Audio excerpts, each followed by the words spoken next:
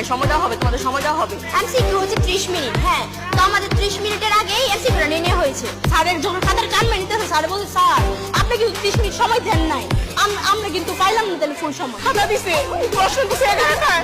হলসুপার কি দায়িত্ব ছিল? অন্য হলের বাচ্চারা সব খুশি হয়ে বের হয়েছে, আমাদের বাচ্চারা সব কেঁদে বের হয়েছে। কেন আমাদের